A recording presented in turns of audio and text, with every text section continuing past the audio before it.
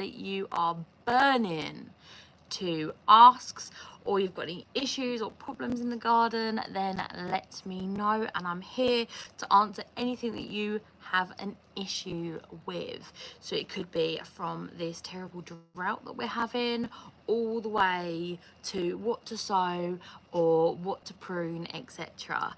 So we're now pretty much skyrocketing to July, so it is getting to the point where we are putting away our seed packets and we are concentrating on our full garden for sowing, but gearing up for our summer garden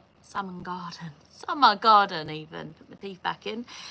So it is a interesting time of year, especially if you are a new gardener.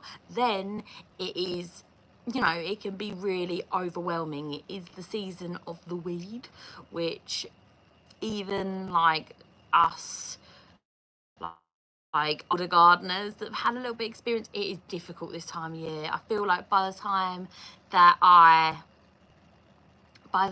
finish by the time I finish weeding one bed, then the next one needs weeding, and so on. Hello again, and welcome back. So if you have any questions, feel free to drop them down below. Anything garden related, I'm happy to help you with. I have had 9 years experience gardening now, so I'm eager to help out anyone that's having any issues. What is the ideal depth for a raised garden bed? So that's interesting. Depends on weeds. What I would do is have a raised garden bed, 1 pallet tall, so about, I think it's about 5 to 6 inches. I put that on the floor, but put it on a bed of cardboard, and then put your compost on top of that. That would be the best way to do it, because then you have the shallow, good compost, and then you'll get it to grow deeply into the soil, and every year you'll be adding to the quality of that bed. Hi there, I have ants all over. Yeah, I get that too, but because of the chickens, I don't want to use chemicals. Right, so without chemicals, it depends what you mean on chemicals. So you could draw a line around your artichoke with some Vaseline if you're uncomfortable, because the ants can't cross that. If you're uncomfortable doing that because that's a chemical, then the best thing I would say is salve, and with a little bit of beeswax and a bit of oil, you can make your own salve even. It's incredibly cheap, and put that around it, and they won't be able to cross that barrier. That's personally what I would do. But if you want to get rid of the ants, you've got to get rid of the aphids. The aphids are why the ants are there. The aphids are farmed by the ants. So if you get a solution of 1 tablespoon of washing up liquid, non-toxic, they say Dawn, but I think it's similar to our fairy. I use Castiel soap, so that's what I use, because I make my own washing up liquid.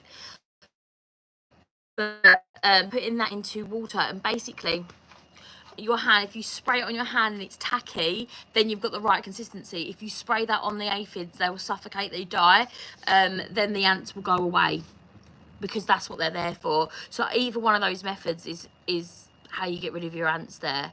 They can be a bit of a pain though, and I know when I had them, they're terrible. But if you don't want to do that as well, you can just soak them when you harvest. Soak them in some salty water and the ants will come off. How do you choose disease resistance vegetable varieties? So how I do it is, there's lots of varieties that actually have it in their name, like flyaway is a type of carrot that's resistant to carrot fly. Or bolt hardy is a type of beetroot, etc. So the best way to do is read them, and they'll have it in the description, either on the back of the seed packet or on the website you're looking at. That's the best way of doing it. But there are some that are just absolutely ready and raring to go. Mostly they're F1 hybrids. So if you see an F1 hybrid, read the description. That's the best way to find out. Hello.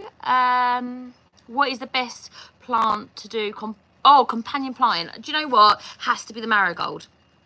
Marigold is probably the most thought after one as well. I really recommend having poppies, and I know it's not really commonly recommended, but poppies really bring in hoverflies.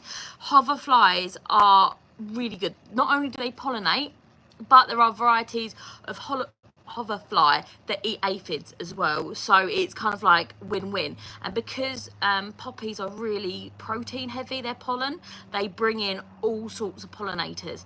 So all flowers are going to be really beneficial, but they do say that marigolds are better at repelling pests. Depends where you are, because the rabbits where I live love marigolds, so it does depend. But anything that is got a decent flower or a very long flowering period of them really does help. Nasturtiums are another great options because they are a trap crop, so things will go on them instead of going onto the crop that you want to be pest free.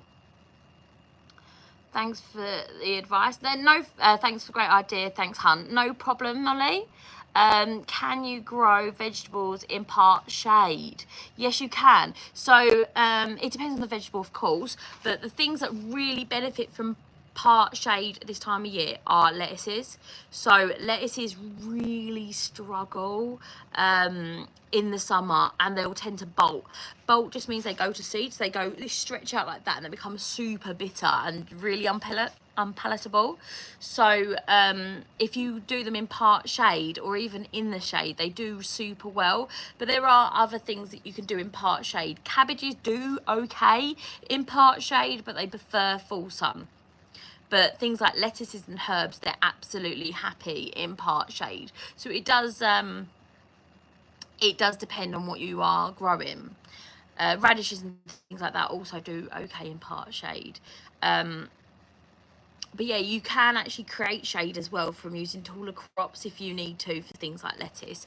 That's what I'm going to do when my cucumber grow over the trellis. I'm going to be growing lettuce underneath them so they don't go to seed or bolt. So, how does someone start a vegetable garden from scratch? That's a really good idea. So, it depends on what you've got. So, when I started from scratch, I started with just a pot on my windowsill in my flat. If you have a patio, then pots are really good. And if you have a garden, then the best thing to do is look to see where gets most sun, and there are apps that do this for you, and hopefully south facing, but it is whatever you've got will work fine. And just finding the place without any shade from trees, somewhere that you can dig down and have sort of area. Any area will do brilliantly. But yeah, making sure those hours of sunlight are there. Most things do like to have a good 6 hours of sunshine, so picking an area that will do that would be the best policy. Should I raise beds or in the ground? It depends on your ground. I'd say raised beds tend to be more expensive than in the ground gardening. So what I would personally do is in the ground, unless you have any reason not to. If you've got very heavy clay soil, or you have very rocky soil, or there's some issue with your actual ground, then I would not do it in the ground. If you have nothing wrong with your ground and it's nice fluffy soil, maybe it needs a little bit of work, then I would do it in the ground. Raised gardens are also very good for people who have mobility issues. So if you have issues with your hips or your joints, or if you are have like arthritis or something, then that could be a really big benefit, having a taller bed that you don't have to bend down to. So it's looking at your soil. Most soils are okay, and looking at your ability, whether you can bend down and things like that. So it's looking at those two things. What vegetables are easiest for beginners to grow this time of year? Best things to grow is either beans or radishes is a really quick win. Beans, you can grow course, yeah. You can grow cauliflower, broccoli, things like that. What I'd start with is something super easy like radishes, because they're a quick win. 4 weeks and you've got a harvest.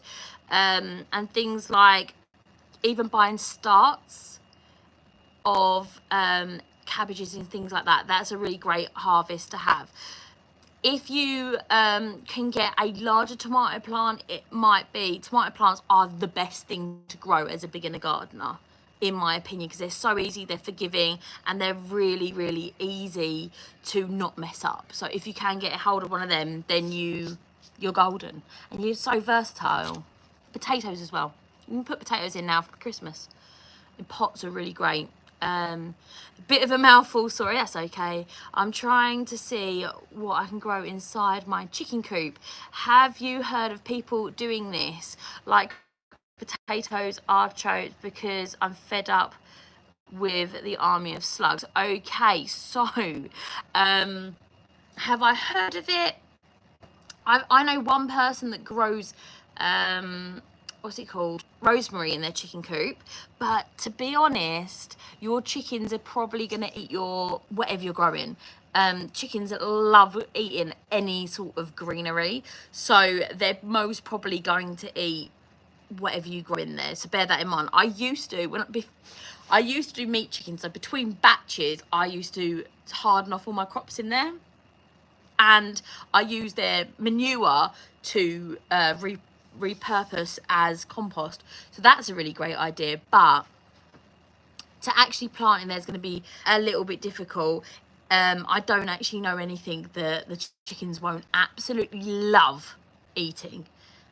But saying that, I do have someone on our allotment that has a fantastic idea actually, and what they do is they've netted each one of their raised beds, and their chickens walk around the raised beds that are empty and around all the pathways. That's a fantastic way of reducing the overall pest, and then in the winter letting them run around the allotment or your garden really does reduce the overall slug population. We used to do that with our ducks. We don't have ducks anymore, but we used to have ducks, and that really helped. I never saw any slugs or snails, but growing in there, I don't think that's going to be a possibility. But saying that, they do say that ducks are less likely to run a ducks. You can actually have them in with your crops. I haven't found that. They've eaten my cabbages and they sit on them, so each their own. So how do you know my USADA hardy in its own? All right, how I found that is I literally googled it. We're in zone 9A, so it means it's quite mild temperature, but that is only a guideline, so just bear in mind that it does fluctuate a little bit from that, and it also doesn't necessarily tell you when your frost date is. So they're the two things you really need to know. You need to know your hardiness zone, which you just Google. It comes up with a little map, and you can zoom into your address basically, and you need to know your frost date. They're your first and last frost date. They're really important. Molly, I'm glad I can help. What is the best way to ensure good drainage? Oh, it depends on your soil again. Sorry, I'm a geologist, so I love talking about soil. So if you have something like clay soil, we have clay soil here. When I did my big raised bed, the one I have at home, I called the home garden. When I filled that, I filled it with the actual soil from this garage, and it was like, it was so heavy clay, and when it rained, it turned into like a soup. And basically the only way I could really build that structure was just no dig, man. It is the best way. And I put wood chips on it. So I did the back to Eden method, which is just layering on wood chip after wood chip after wood chip every year. It breaks down and it gives you really good fluffy soil. And my first year, this soil, I actually look back on a video and it's hilarious because I'm like trying to get into this block of soil that was super hard, and just it was miserable trying to grow in it. And it really helps, like year after year after year, putting in that organic matter. Also, another thing that's really good for it is when you've got crops in your ground, cutting them at the ground level and leaving those roots in there to rot down will give you more organic matter, which is really good for the soil Cover crops are also really good for the soil, and growing anything that is termed green manure over the winter is also really good. Should I use liquid or granular fertilizer for vegetables? Doesn't matter. So think about liquid fertilizer a little bit like a quick meal, like a snack, a biscuit, you know, when you're feeling a little bit snacky but you don't want a meal, whereas the granular fertilizer breaks down longer over time. I personally prefer the granular fertilizer. When you're talking about liquid fertilizer, there's a lot of studies that say that liquid fertilizer damages the soil organisms that live in the soil. It actually reduces their population. I'm very much for growing soil, not plants. So the better your soil is, the better your plants are. So if you use things like granular fertilizer, like blood, fish and bone, or fish meal, bone meal, doesn't really matter really, even worm castings, that will overall be better for you. It's a little bit like having a meal with vegetables is better for you, right? Or having McDonald's. We both know which one's better. I'm not saying that they're completely like that, but it's kind of like that a little bit. I personally feel that granular fertilizer is better for long-term health, but it's like a biscuit, it's nice for now. So if you are growing in pots, you do want to look at liquid fertilizers. You do want to look at granular fertilizers, using those in combinations. But if you're actually using like your native soil or a raised bed, I would err to the kind of using organic liquid feed, preferably that you've made yourself, then that's excellent. If you're making it yourself, then absolutely epic. But if it is shop bought and it's a harsh chemical, I would think twice about putting that on your soil. Hello, Joey. Can I add banana skins, eggshells? Yeah, so eggshells do break down into calcium, but over a very long period of time. They would probably help a little bit with aeration. I've seen some people say it's good for snails. I don't think so personally, but I don't know. I haven't done like a really like in-depth study of it. Banana skins are great.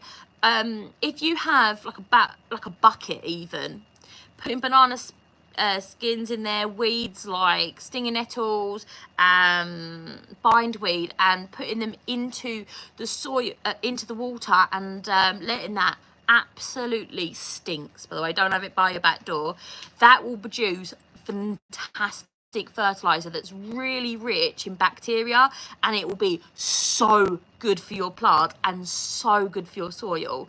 I've done that, and I've actually got an infestation of rat tail maggots, which I know you're like, ugh, so disgusting. I know they are. They literally make me give me the heebie-jeebies. But they're actually the larvae of hoverflies. And like we said, we want hoverflies because they pollinate and they kill loads of those aphids and eat them, which is what we want. So it's like a win-win. Joey, do vegetables and plant need pruning? It depends on the vegetable or plant. Cabbages, no. Cauliflower, collards, all of them are a no. But I personally find that over the years that I've grown tomatoes, either pruned or not pruned, I know that pruned tomatoes are way less likely to get blight, and you get overall more tomatoes. Obviously depends where you are. If you're here in the UK, pruned tomatoes are the way to go. Some people also, they top their peppers, but I wouldn't say that's technically pruning. The other thing I can think of off the top of my head is basil. Basil really loves to be chopped down every time that you harvest it. If you cut it down as much as possible, so you have two little side shoots coming off, they really do benefit from really harsh treatment. And most of your harder herbs really do like to be pruned in the winter, almost down to the ground. I'm thinking lavender, rosemary, etc. Thyme. So I have blossom end rot. How do I prevent it? What do you have blossom end rot on? It depends. So if it's blossom end rot on tomatoes, it's because you're not watering them enough. Blossom end rot is actually a lack of calcium in tomatoes, but you do have calcium in your soil. I bet however much in the world on it. But if you don't have enough water, if you're not watering consistently, then you won't have enough calcium in your tomatoes and you will get blossom end rot. If you got them on things like courgettes, then it's because you've not got enough pollinating. Plant more flowers, but in the short term, if you use a paintbrush or even your finger, you stick it into a female flower, you'll know it's a female. Stick it into a male flower, you'll know it's a male because there's no fruit at the end of it. Get the pollen on your finger and then put it into a female flower, you know that it's female because it has a fruit on it, basically. If you aren't getting male flowers, it's because you're over fertilizing them. So pull back on the fertilizer and you'll get male flowers. If you put too much fertilizer on them, you'll just get all females and they will rot. And it's because they're not being pollinated. But basically, getting more of those insects into the garden is the way to go. I dry and blend eggshells, the eggs for the soil, help them break up the soil. Yes, so if you do blend them, that's a way better way of doing it. I know some people bake them in the oven. It's not necessary. You can just dry them on the side like you said, and that's a really great thing to do for your soil. How do I stop birds from eating my vegetables? Netting is the only way. Netting's the only way that I find that you can actually prevent damage from birds. The thing is this is how I think of it, is birds have all day and all night to think about how they can eat your crops. Same as rabbits, they have nothing better to do. So they're going to get into your crops. If you net them, it makes it so much more difficult. And why would they spend all that time trying to get through the netting when they can just go to your neighbour's crops? Harsh but true. There's on my allotment plot there is a cherry tree, no net, no cherries. One with netting, and everything above that netting is completely gone. Everything below the netting is completely there. Another thing, if you said vegetables, but for fruit, is if you spray it with clay. You can buy clay for like face masks and stuff. If you put that on your fruit, nothing will eat it because it looks grey and grim. But if you wash it, it's fine. You remind me of a young Charles Dimmock. Is that from Gardeners? What was that program called? Gardeners something, I can't remember. Let me know if you know, Joanna even, sorry. Okay, can you use pesticides safely? That is like a hot topic. Gardener's false, that's the one. Yes. I knew it was gardening something. Ground false. Wow, I misread that. That's embarrassing. So can you use pesticides safely in the garden? That is a hot debate. Well, if you're going to use pesticides, try to use them really early in the morning before the bees are out, because if you spray a bee, they will die.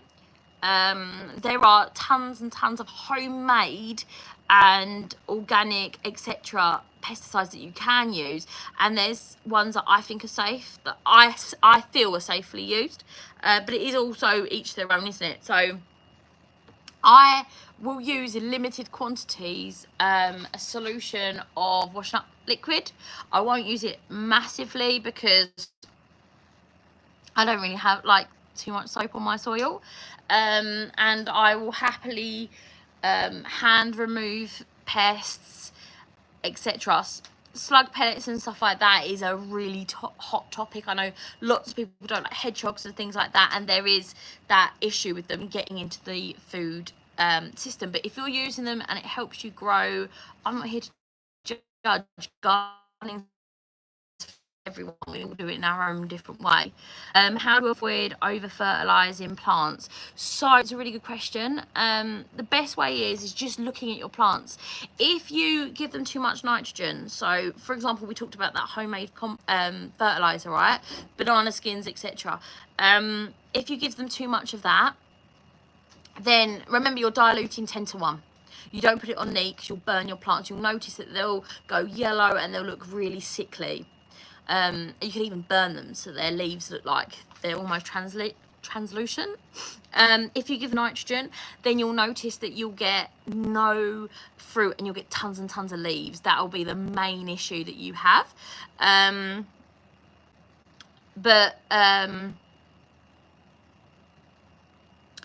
If you notice that your plants go yellow and they look quite sickly, then it might be a time for a feed. Best thing to do is feed them every other feed. So once you've watered them, feed them, water them, feed them. If it really buckets rains down, not that it's going to do that anytime soon, then give them a feed, because that means that the rainwater will wash out that nutrients.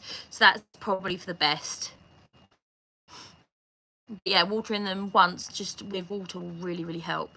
How do I start seeds indoors? So what I do is I use these sort of trays where they're multi-cell. I don't have any other ones, but these I find really good. They're either a 1 inch or a 2 inch cell. I find if I use anything like this, where they're really tiny, I find they dry out so quickly. But if I am going to use something like this is really sturdy, really well made. I'll wrap it in poly wrap. What's it called? Either put it into a plastic bag or do it in cling film, that's the word I'm thinking of, and that will help the moisture stay in there. And then as soon as they sprout, I put it into a bigger tray. So I find this is a really good size for neglect if you're like me and you want to set and forget it. Or what you can do, I'll show you here, is use something like this. I saved these are from strawberries, and I fill that with compost and I close it, and that's like a little greenhouse. That works really well, especially in the colder months to come. And also seed mats or a hot windowsill if it is in earlier in the year. And you just pop them outside, just keep them really well watered. Water them every day, baby them. What crops for Christmas dinner can I plant now? Fantastic question. You can sow right now cabbages. You can't grow, they won't be ready for Christmas though, to be fair. Let me think. Christmas. Carrots, you can sow now, but this is the last opportunity to grow carrots, so get on with it now. Potatoes, first early and second early. I believe first earlies are outside and second earlies are all the way up to August, but they have to be grown inside like a greenhouse or something like that. If you have starts, like little small plants that you can get from the supermarket, you will be able to get some Brussels sprouts, etc., as plants for Christmas dinner. I don't recommend getting starts that are parsnips or carrots, because they just simply won't do good for you. They will be absolute disaster. In the polytunnel, yeah, so you can put potatoes in the polytunnel right now. You can sow carrots in the polytunnel right now. They'll be beautiful for Christmas. And if you get some starts that have been started earlier in the year, you could have some cabbages and cauliflower and broccoli right now, which should be done before Christmas. You can get things like broccoli rub as well, which is done in 60 days. I personally find it a little bit bitter, but it is an option. Can you use seed packets from years ago? I always do. I never throw anything away. They do still work. So the germination rate, which is how much they sprout, does drop over a little while, but they are still good. If you've got parsnip seeds, then parsnip seeds are a one and done. So you're buying them every year, or saving seeds every year. I save seeds. But yeah, so most things will germinate absolutely fine year after year after year. I've got some seeds that are like 10 years old. All I do is put like 2 or 3 into each cell when I'm sowing them, just so that I'm guaranteed to get, you know, at least 1 per cell. How do you build a trellis for vining vegetables like peas and cucumbers? I like the idea of using dales or bamboo sticks because they're cheap, and then I just do I use garden twine and wrap it around each one of them and do it like that. It's cheap and cheerful, and then you can take it down each year. I like doing that. Yes, bamboo stakes do break down over time, but yeah, they last out well enough to be good for your money. You're welcome, Molly. I've heard to stay away from planting things where you have onions the previous year. Do you know why this is? So there's some pests that will cross. So if you think onions, you're thinking I wouldn't plant garlic because of if you've got white rot, it will transfer to the garlic too. You've also got allium leaf miner, which will affect leeks and onions and garlics, and it's just basically trying to starve out those pests, and that's why you don't want to do that. Good. I'm so glad. Right, that is my time up, and I can already hear the baby is getting really anxious for bedtime. So thank you so much for joining me on this live, and I'll see you next time. Bye bye. Thank you. Bye.